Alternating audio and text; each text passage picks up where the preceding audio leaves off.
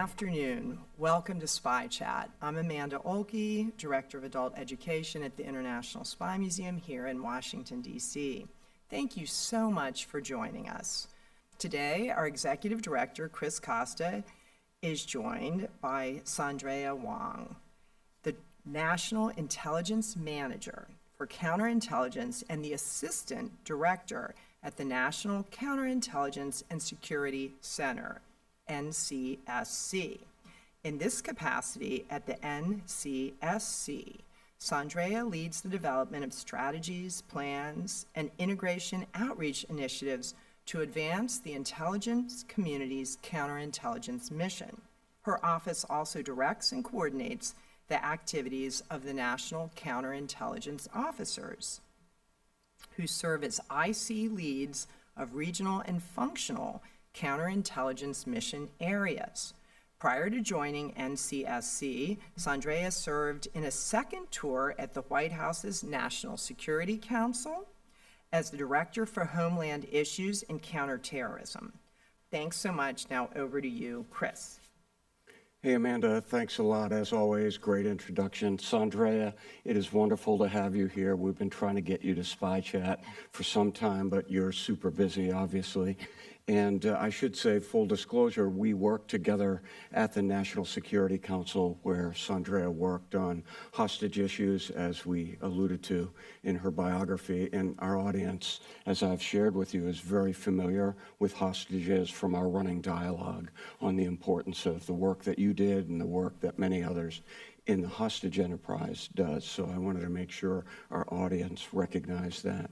So without further ado, I'd kind of like to dive right in. So it's a bit of a tongue twister when you've been saying national counterterrorism for years, and now I'm going to switch gears and ask you about the National Counterintelligence and Security Center. So can you talk to our audience about what is the role of NCSC? How does it fit into the intelligence community? What are the responsibilities? And then I have a follow-up, more particularly about what it is you do. Okay, great.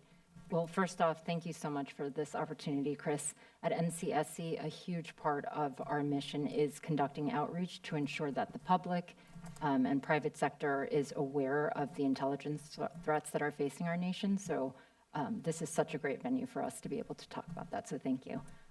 Okay, so in regards to where NCSC fits within the intelligence community, we fall under the Office of the Director of National Intelligence, or ODNI. After the 9/11 terrorist attacks, ODNI was created to ensure that there was integration and information sharing across the 17, at that time, intelligence agencies and departments. So we are one component under ODNI that is focused on leading and supporting the U.S. government's counterintelligence and security activities. Within NCSC, we have 5 main mission areas that is focused on integrating intelligence collection and analysis on intelligence efforts.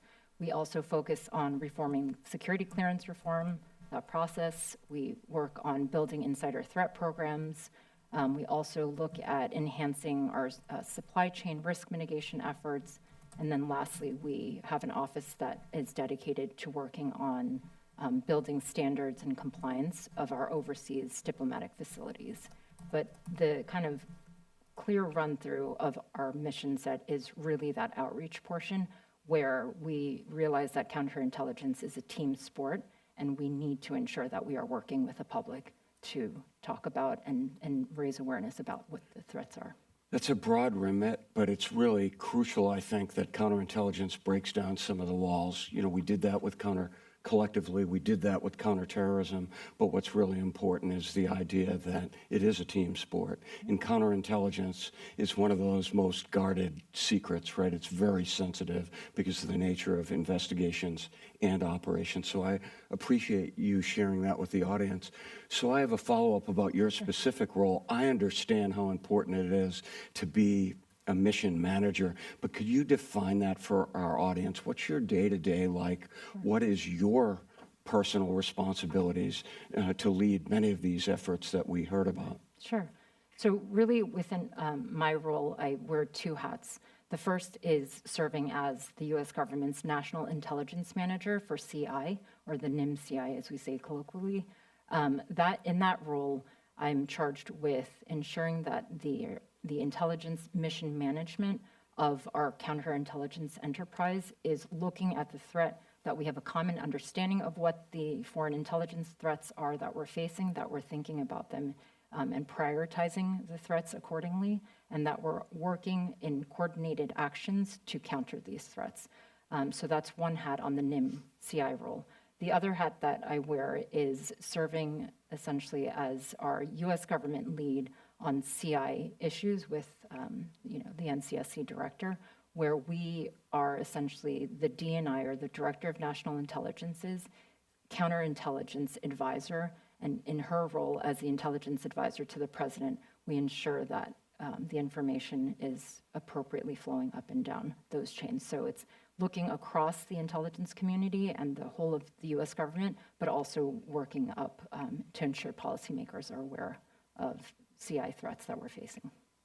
And at the same time, thank you for that. And at the same time, you just published a national counterintelligence strategy. And before we dive in on that, I want to congratulate you, because you also had your fingerprints all over the national counterterrorism strategy in 2018. We know that that is a team effort, and the audience doesn't know this, but there are several members of the Sandrea's team that's here with us today, so congratulations to the team. It's important to crank out a strategy for multiple audiences. So I'd like to dive a little bit deeper and understand, how is the intelligence community, more particularly, how is the counterintelligence community postured to address the threats that are articulated in the strategy? Are they ready? Do they understand? And do they feel the counterintelligence strategy at the working deck level, if you will? Sure. So thank you for the congratulations. That truly was a team effort. My team led the interagency in this process. There's 2 documents that my office actually creates that are signed by the president. The first one really lays the groundwork for the national CI strategy, and it is the prioritization threat assessment of how we see the foreign intelligence threats. And that is a classified document that our team produces, again, with the interagency. There's nothing that we do alone here. And that then sets the stage for us to understand what we need to do to counter these threats. And so that leads to the national CI strategy, which was signed in August this year by the president. This whole process, the 2 documents, of course, are not only worked with the interagency, but we work with the White House's National Security Council, and through that policy process that we are very familiar with, to ensure that there is a whole of government kind of attention and government coordinated actions for those strategies. And so that is then, sent up the policymaking process and eventually signed by the president. And so if we look at the national CI strategy that was signed this year, there are 9 objectives and 9 goals, really, that our folks and the interagency laid out. They can be seen under 3 key pillars, with the first focusing on outmaneuvering and constraining our foreign intelligence entities. And those goals that are under that first pillar really are offensive focused, where we really need to ensure that the CI community is able to anticipate these threats better, that we're able to not only detect and anticipate, but that we're better able to counter and degrade their capabilities. The second pillar that the strategy focuses on, I would say, is really the heart of the strategy, and that is protecting the U.S.'s strategic advantages. So that's whether we're talking about our people, our citizens, our democracy, our critical technologies and economy, our supply chains and critical infrastructure. That's kind of the heartbeat of what we need to protect and safeguard. The third key pillar within the national CI strategy is focused on really investing in our future. So we need to ensure that we as a community are recruiting the right individuals that have the right skill sets, that we're thinking innovatively and utilizing the technological advances that are out there, and that we're building and or strengthening our partnerships, whether that's domestically with our partners, with our, again, public, our private sector partners, but also internationally. We work very closely with, of course, the Five Eyes partners, Australia, Canada, New Zealand, and the UK, but we also have different forums. I'm going to NATO next week, for example, right, to meet with some of your former colleagues. But, you know, we want to ensure that we are building these and strengthening partnerships because, again, this is not a fight that we can fight alone. So that's kind of how we focus this. No, I very much appreciate that. And you said whole of government. At the same time, the document talks about whole of society. So it goes even deeper or broader, right?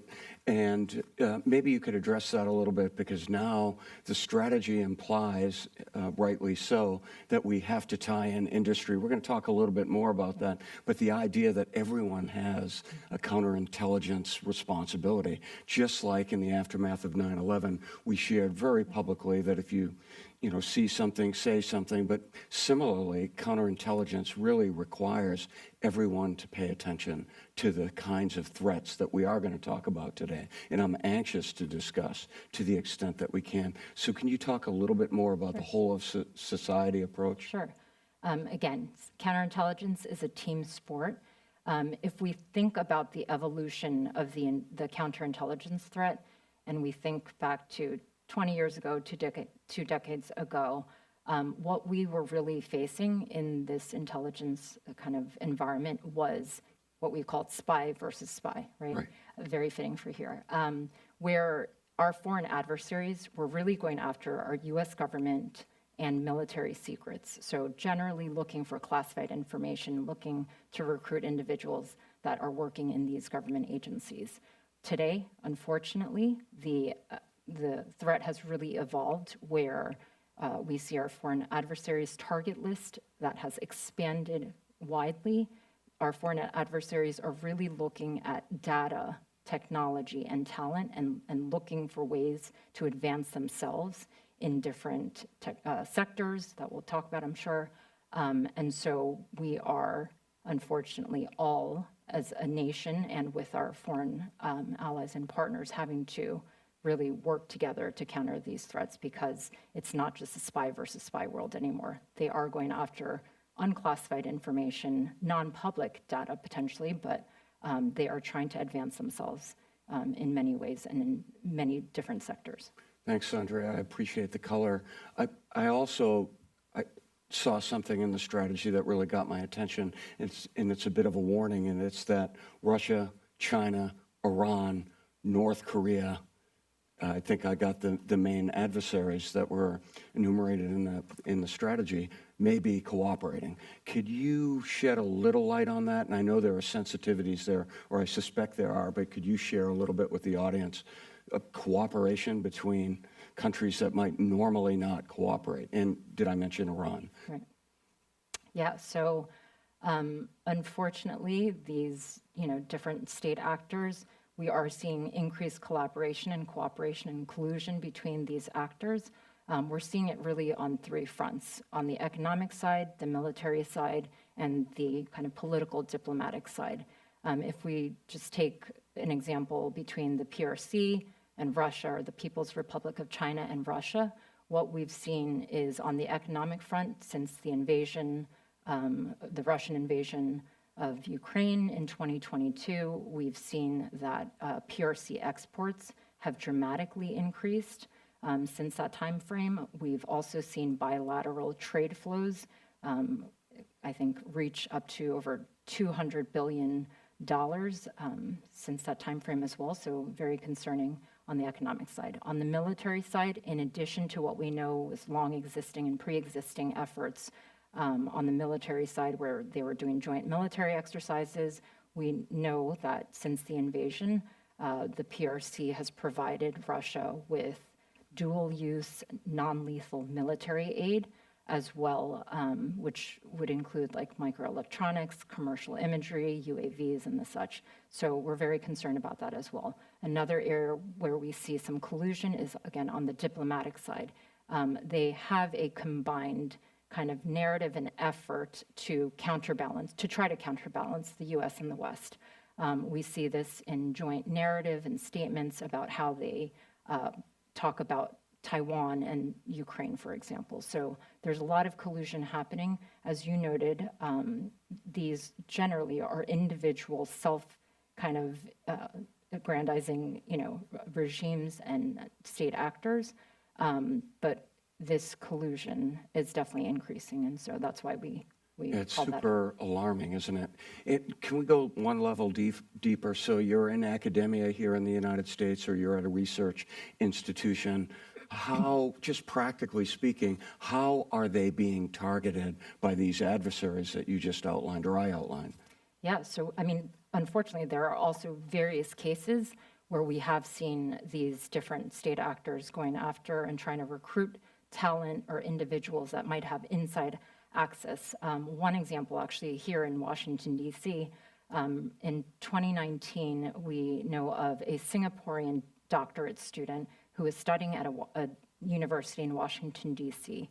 And naturally, in his position as a visiting fellow, he was engaging with U.S. government officials, with think tanks, going to different events, talking to the defense contractors and the such. But in the background, what those folks did not know was that he was actually recruited and co-opted by the PRC intelligence services. They were asking him to provide sensitive but maybe unclassified data on Southeast Asia and the U.S.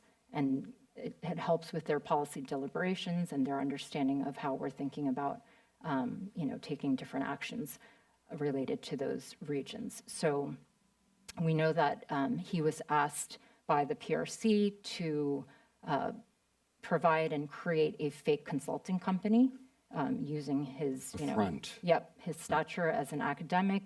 He went on professional networking sites to try to seek out Americans who had access to sensitive data. He was, of course, arrested and disrupted, but this is just one example that we know. That's a PRC example. PRC. And there have been countless examples of Russians doing the same thing to countries in Europe like Norway. Fascinating.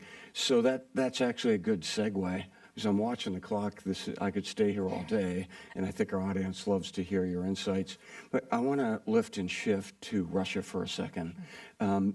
Just in the last week, the head of MI5 said that, his quote, his words, not mine, that Russia is generating mayhem.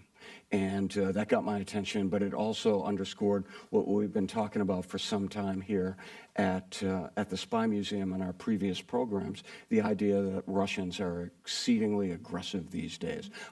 From the outside of the government, I've never seen Russia so aggressive, to include in up to doing reconnaissance and planning and casing for conducting sabotage operations in Europe. And I've asked you questions about that, not obviously nothing sensitive, but just the trend line of Russia and their aggressiveness. So maybe you can talk a little bit about your concerns about Russia before we talk about PRC in greater detail. Sure. So we are immensely concerned about the increased kind of campaign of malign activity that the Russian services are engaged in, which includes sabotage activities across Europe.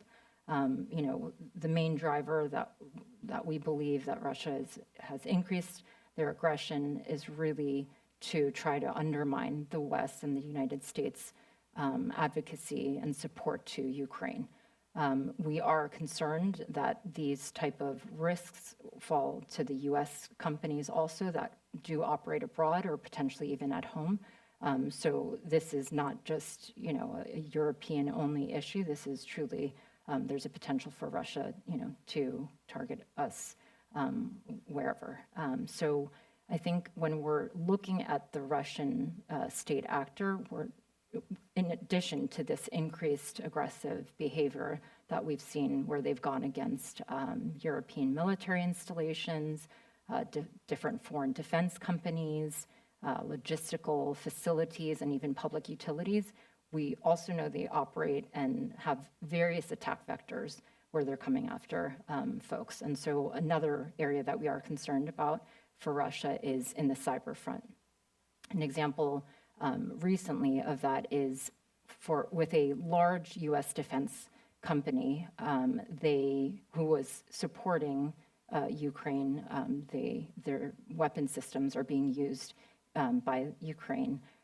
We know that Russian cyber actors were hacked into their systems of this large U.S. defense company and took the employees' data and their PII, or their personally identifiable information, and had encouraged other individuals to essentially dox these employees.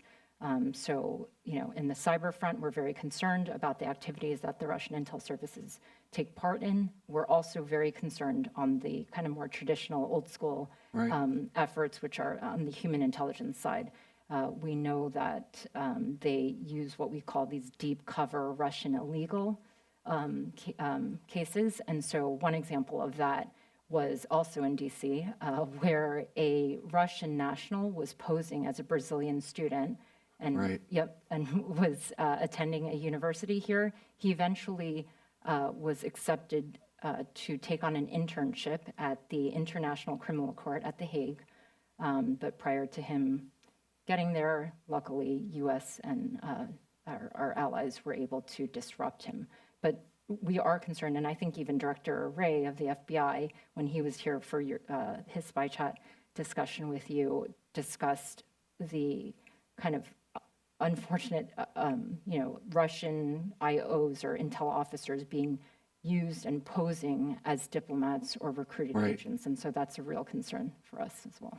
And the policy response, the legal response is send the officers that you can identify that are assigned to the embassy, send them packing. That happened across Europe. It's happened here in the United States, but then you have this secondary effect, or this second order of effect, and that is the idea that they start operationally working outside their government. In other words, they're NOCs, non-official cover officers, and they're harder to detect, like that Brazilian student.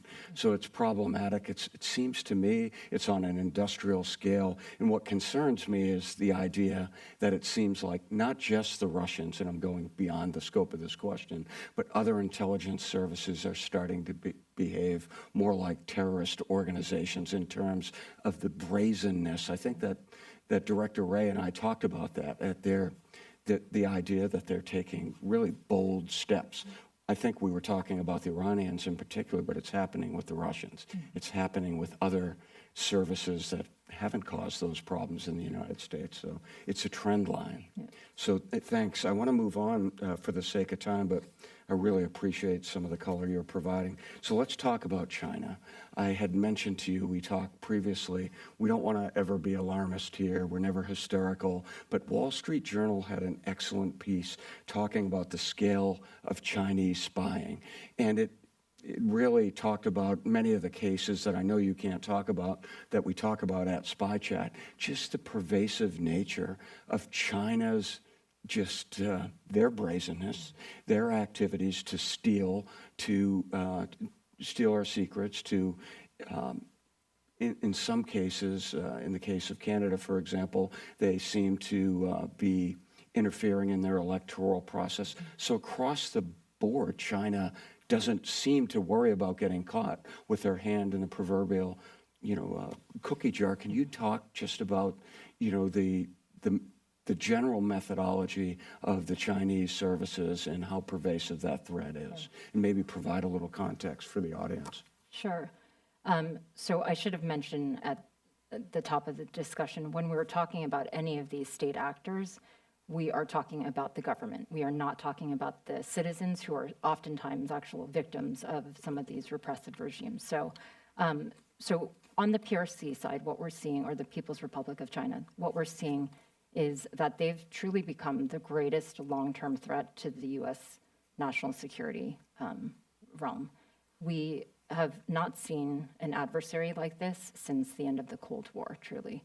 So we're very concerned about the multi-layered, as you said, and as the Wall Street Journal article adeptly noted, They're involved in various attack vectors. They're using various tools to go after what they want to go after and to ensure that they are able to advance.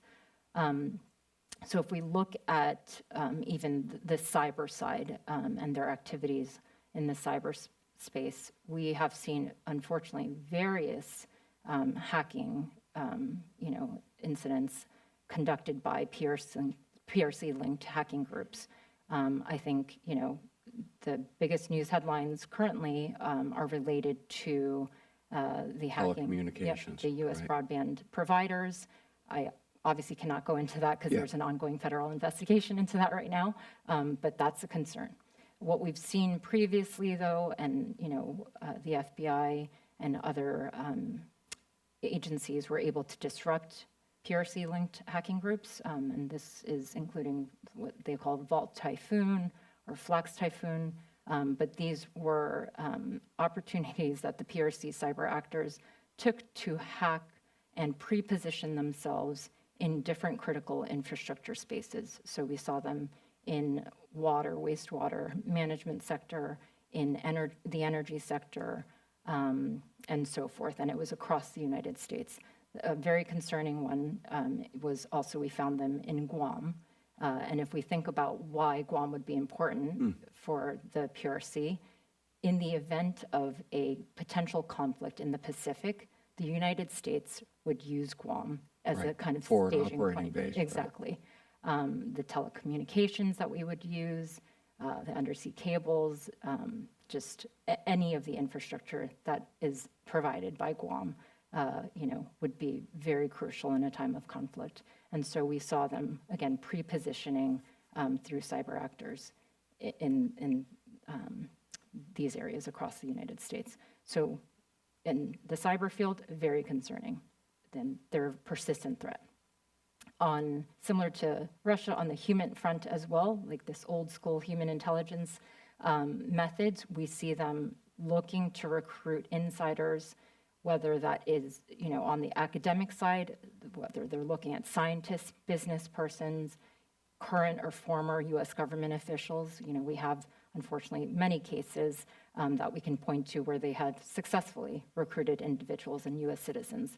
One was a former CIA officer who had, during his years working at the CIA, had access to very sensitive information, and he was sentenced to 10 years in prison due to his knowledge of sharing information, very sensitive information that would be damaging and harm the United States and for the benefit of the PRC. So unfortunately, they're involved in so many ways. So that's, just on the human front.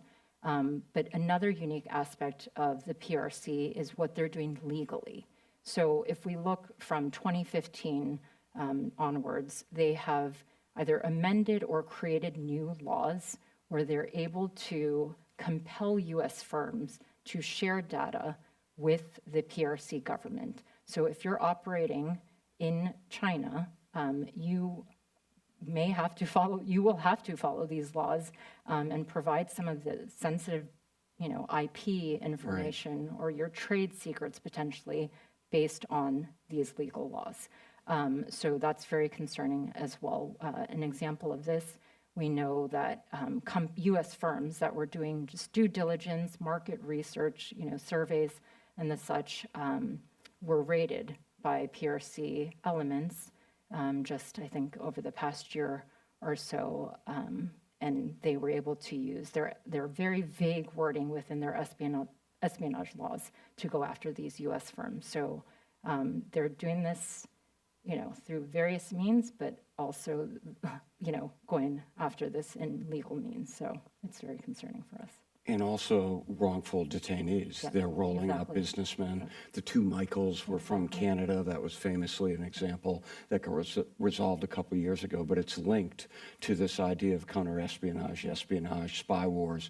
But you make the point that not only is it a pervasive threat here in the United States, but at home, the population is essentially encouraged to inform and what the cut line is for what espionage is in China is significantly different from other places in the world. It's a broad interpretation of violating state secrets and laws. I want to go back to one final point, and I'm still watching the clock, but this is so interesting.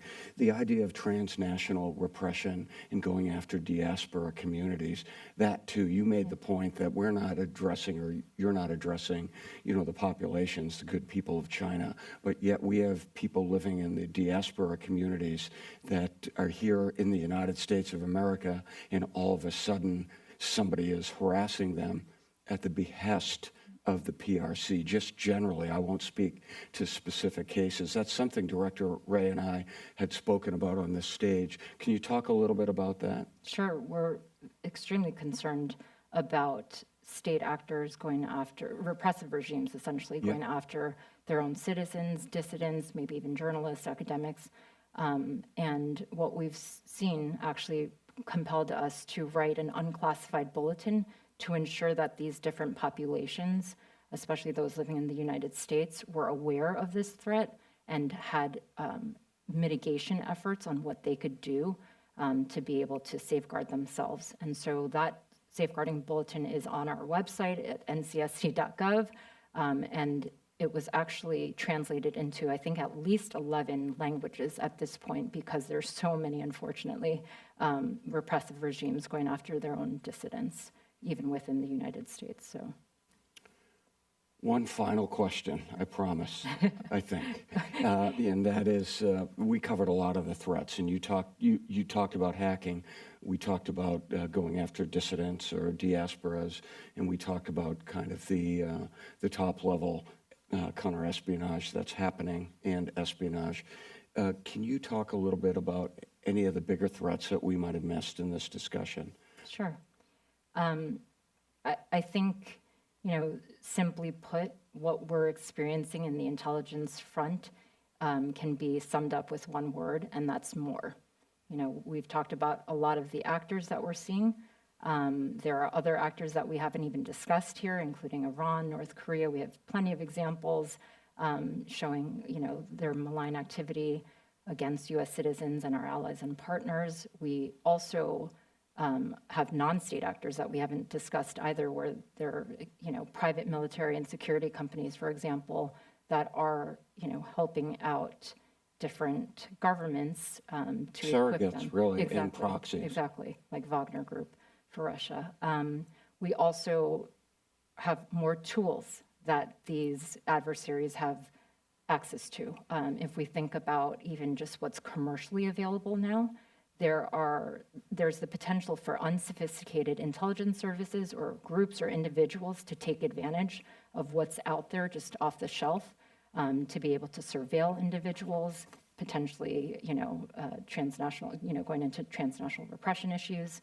And then really there's also more targets. And, I think we discussed many of them here today, but truly, I would want to end with, CI is really, or counterintelligence is truly a team sport, and there is a real need for this to be a whole of society effort, because the challenge is so huge, and the threat is not only against the U.S. government or the military anymore. It really has expanded, so that is why we need to work together and build these partnerships with the private sector and with our international allies and partners as well.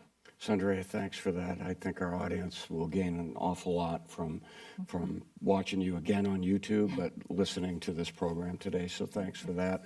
We're going to go to questions in a second, but before we do that, I want to, you might not know this, but I always endorse a book that our audience should read, and the book is At War with Ourselves. It's General McMaster's book on his year at the White House, or just over a year. General McMaster was our boss, right? Yeah. And we know a lot of the stories within the stories, but it's really important to continue to educate the public on what it is the National Security Council does for the president. Any president is going to use and leverage his National Security Council. And we know a lot of the people that are in the book, and a lot of the people that aren't identified in the book, we knew who were behind that. But I think it's a fair assessment of the White House from General McMaster's perspectives. So we were his pupils, and I think he would be pleased to see us on the stage talking about your important work and your team's important work on counterintelligence. So now we want to hear from our audience. Over to you, Amanda. I'm sure you have some questions. We have some great questions. I think people would also like an annotated copy of this from you too with the inside story. So not to suggest that's available. We've got some really great questions. First one is really focused to Sandrea. I know you've also got a counterterrorism background. Could you speak to any of the similarities or lessons learned between the counterintelligence and the counterterrorism worlds? Sure, and I'll let Chris kind of dive into this as well, based on his extensive CT background. I think across the national security realm, there are a lot of best practices and lessons learned, especially that we can take from the counterterrorism fight. What I've seen in working both of these accounts is really what I kind of ended with, which is the importance of partnerships. There's no way that the United States government can work any of these national security issues alone. And I think on the counterintelligence front especially, it is about ensuring that our public, the different industries, different sectors, academia, research institutions are able to understand what the threat is. So that's on the US government to be able to share that information. But also, I truly believe that they're the front line of some of these attacks that we discussed today. And so we need to ensure that they are empowered, that they have the ability to be able to share this information with the US government as well. So it's really this partnership, which was very important in the CT fight as well. There's nothing that we could have done without our partners. I think there's also similar in the CT and CI space, there is a real need to ensure that we as the US government are getting the information out to these individuals. And, you know, at ODNI, I think there's a really big concerted effort to ensure that we're building in policies and procedures and processes to be able to more readily share and timely information with the public and affected individuals. Another area that I see some overlap is this acknowledgement by the public and community members that they are the ones that have to take actions. So I see this on the CT side. If we think about a school shooting by a domestic violent extremist or a homegrown violent extremist, you know, when you interview some of the fellow students, some will say, yeah, I kind of realized that this individual was starting to act strange over the past couple of months. It's kind of going back to what, Chris, you noted, the See Something, Say Something campaign. On the counterintelligence side, the similarity is the kind of insider threats that we're seeing, this increased effort by, you know, these nation-state actors to try to recruit individuals within that have access. But really the people that are going to be able to notice any changes are us as colleagues. And in the insider threat world, what we really talk about is employee wellness. It's not about ratting out your colleague about, you know, strange behavior. It's just trying to take care of each other, truly.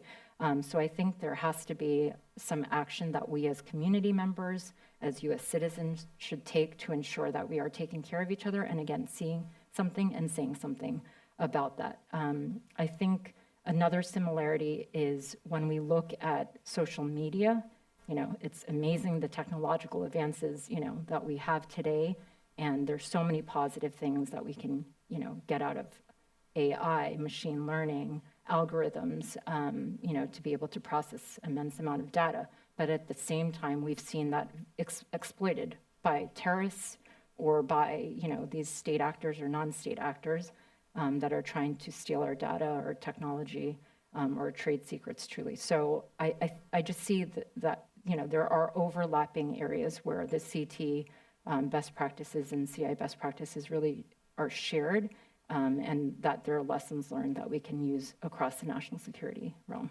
Yeah, I couldn't agree more with your assessment, and I think that's why it's so exciting that NCSC is out there, that you're talking to the communities, that you're doing community engagement, and also some of the CI entities within the U.S. government are similarly doing the same thing, following from your lead from a strategy, which is the way it's supposed to work. That said, I do worry, and I wonder if this will come back to you, if you can address this.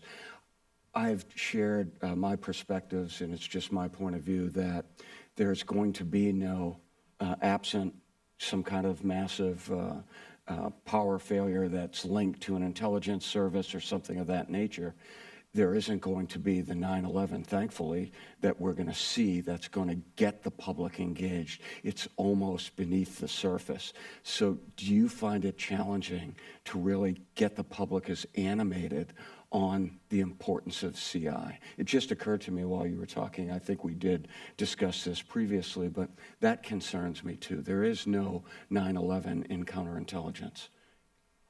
I think, you know, there has to be an acknowledgement by the public that the target list has truly expanded. But I think that's really on the U.S. government as well, right? And our allies and partners to share this continuously and to do, you know, events like this to ensure that we are sharing with the widest swath of the public, to ensure that, you know, we're not keeping the intelligence threats within the U.S. government. We need to share this publicly to ensure that folks really understand what it is, what the threat is, and what they're facing. I think if we think about the critical infrastructure space, there's so many interdependencies that we see that will affect U.S. citizens in the if there were, again, we talked about the pre-positioning that we've seen by PRC cyber actors. If there were a conflict between the U.S. and the PRC, there would be a huge potential for that to affect not only troops and the military, and not only the U.S. government, but U.S. citizens. They are, again, pre-positioned in our critical infrastructure, which includes our power grids, right? You know, our telecommunications. You know, imagine not being able to, you know, access the internet. So there's just so many ways that, you know, we are reliant on so many things, and the ability for any of these actors to go after that, I think, is huge. So thank you. Sandrea, you touched lightly on social media, which earned you the question. Can you share your insights on issues with platforms like TikTok? Oh, okay. Obviously, I won't talk about TikTok specifically. There's, you know, legislation or legal activities that are happening and litigation. But what I can say in general about the U.S. government's concern with these actors going after our data is that, again, data has become a strategic resource for these actors. You know, if we look at the PRC, they truly see the U.S., you know, technological advances having helped us in so many ways in our economy.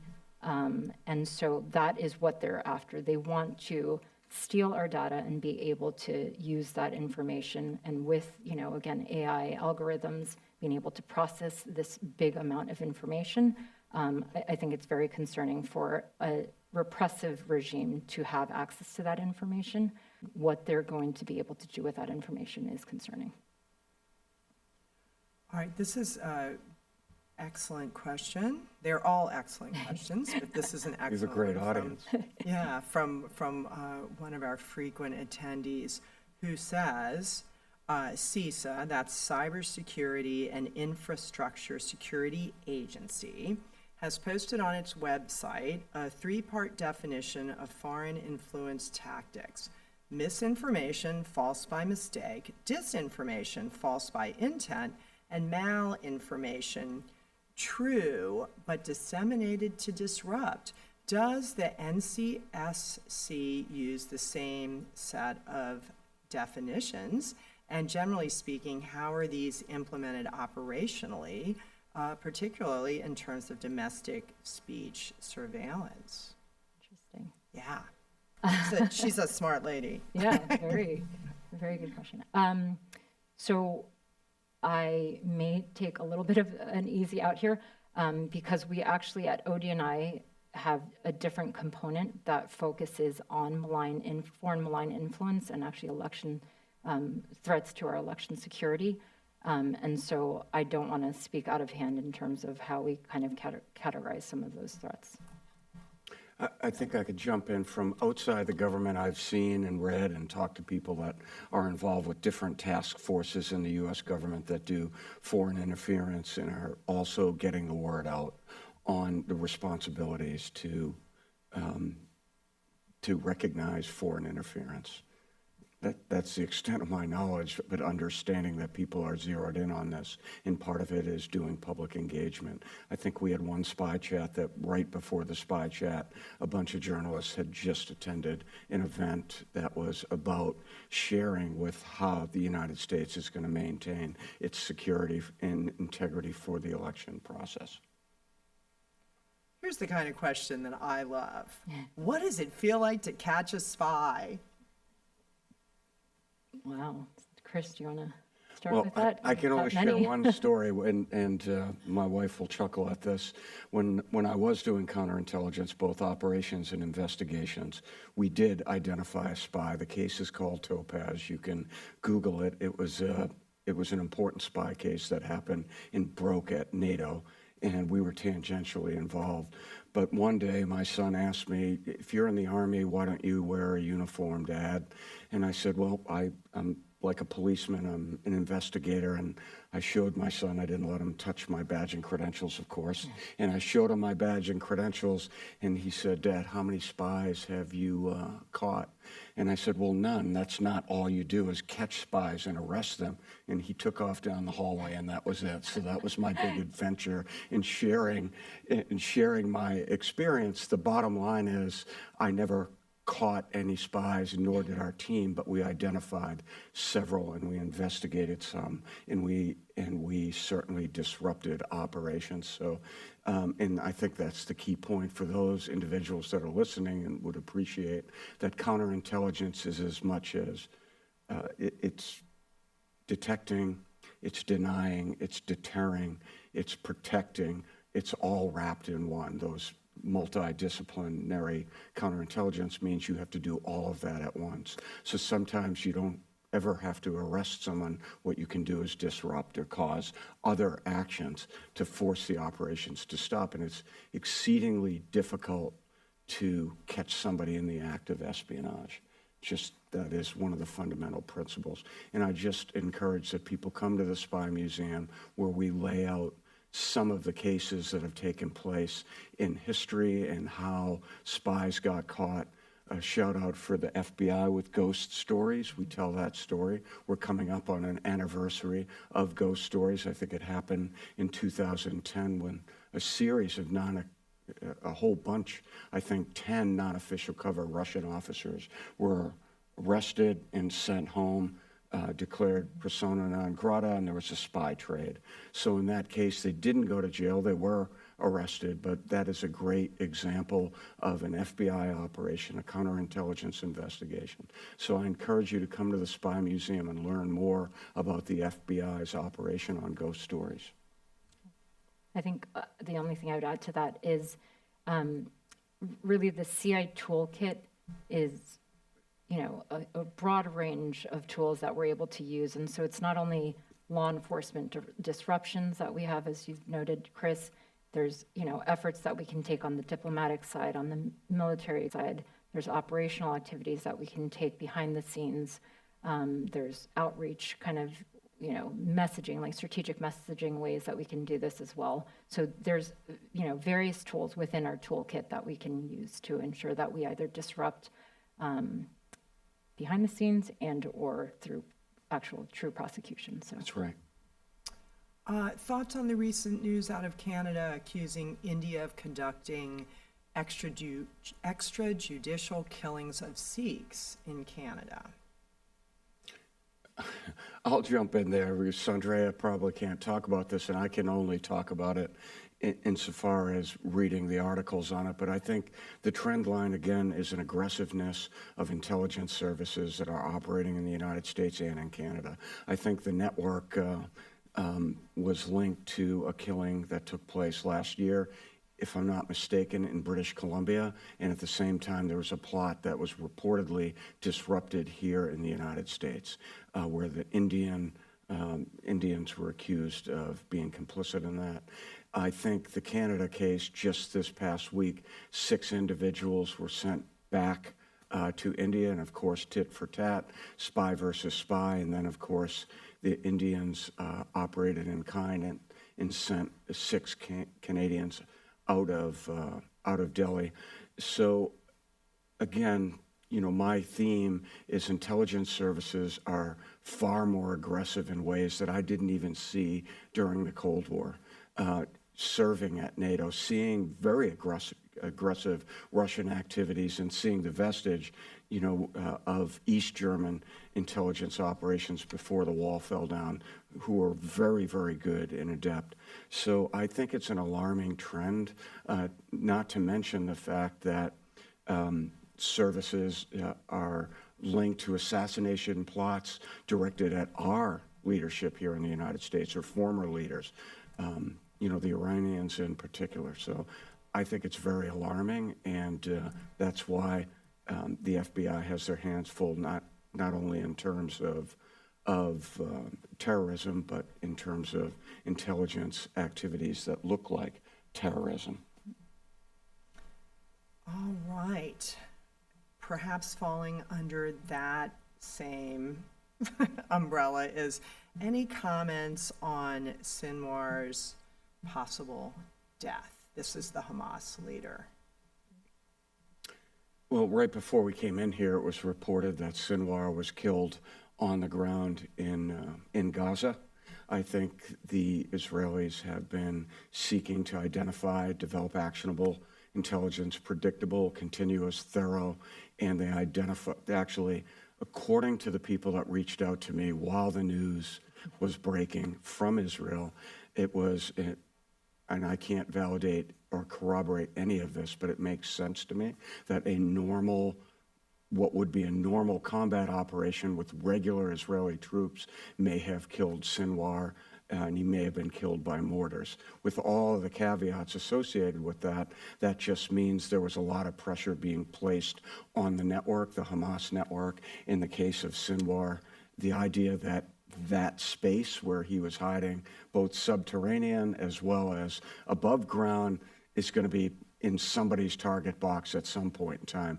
And the Israelis were conducting routine combat operations, and it seems that they may have killed Sinwar, which will be a short-term victory, to be sure, for Israel in terms of decapitating leadership, but that in no way would suggest that the conflict will end. That's an Israeli decision.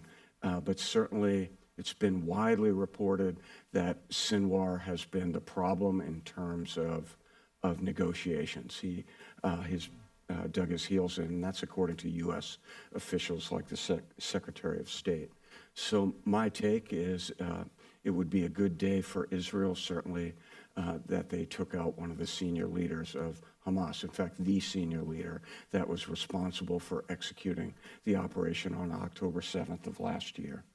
But both Sandrea and I have been in the CT space, and we also know that first reporting is always suspect.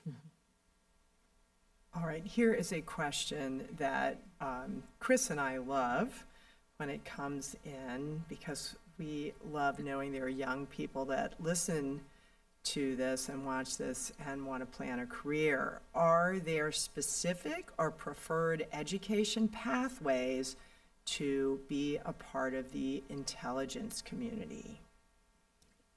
I'll take this first and then turn it to Chris. I think what the intelligence community or the U.S. government at large really needs are individuals with diverse backgrounds. I think, you know, we really need individuals to come in with creative perspectives, you know, innovative solutions that we just have not thought about.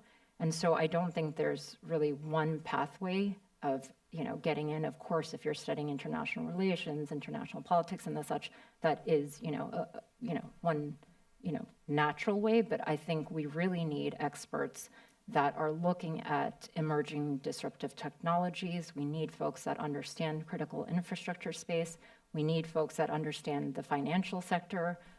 So I think, just as I noted before, with the expanded kind of target list that is out there, I think we in the IC and the U.S. government really value and need individuals with diverse backgrounds. So that's maybe a great I would answer. just second that. And, you know, D&I is redoubling its efforts across the spectrum of the 18 or so agencies, part of the community, are redoubling its focus on diversity.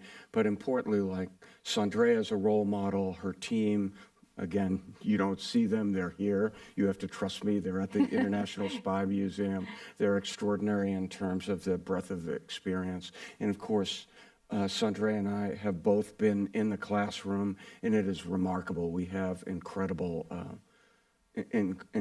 candidates that really have an interest in serving the nation.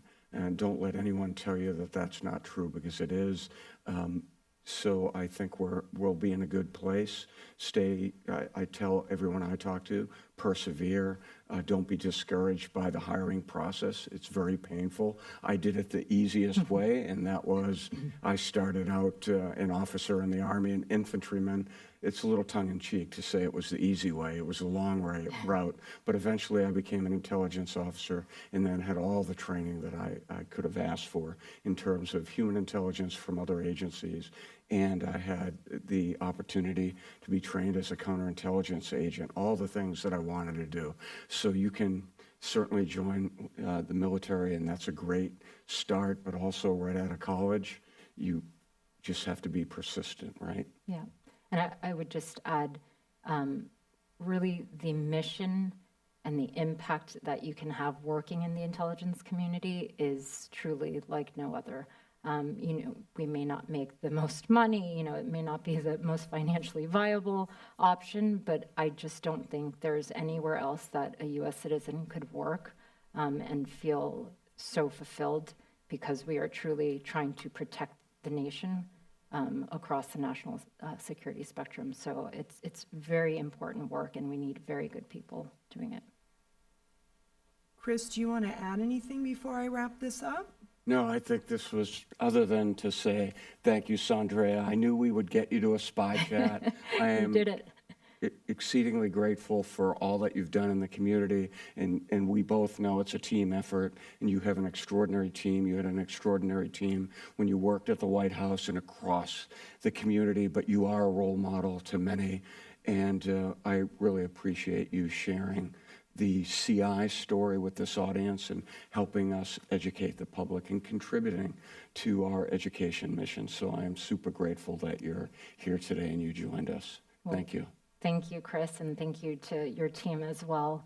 You know, again, for the U.S. government, it's so important for us to get out and to, you know, take advantage of these opportunities to share what we know about the intelligence threats, because I can't say this enough, but counterintelligence is truly a team sport. National security, I think, is really evolving to become a team sport. So I look forward to future engagements, but I really do appreciate this venue, because the Spy Museum is awesome. Please visit.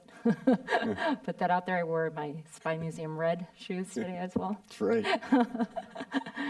So thank you. Thank you both, and the shoes are amazing. We will be posting this on YouTube, as we've mentioned a few times later, if you want to invite your friends or colleagues to watch. We have a variety of virtual and in-person programs coming up tonight. As a matter of fact, we have one this evening about Agent Link, a devastating American spy for the Soviets. If you want to tune in or drop by, that's at 6:30 tonight. And you can register for that program on our calendar, or possibly contribute to the Spy Museum so we can continue having lovely free programs like this. And we have breaking news. This is not on the website yet, but our very next Spy Chat, we're skipping November. It's kind of a crazy month. So our last Spy Chat of the year will be on December 12th, and we have Matthew Olson, who is the Assistant Attorney General for National Security, joining us for that. And we're really excited. That will be showing up on the website calendar events very soon. So everyone, thank you for being with us, and have a lovely rest of your October.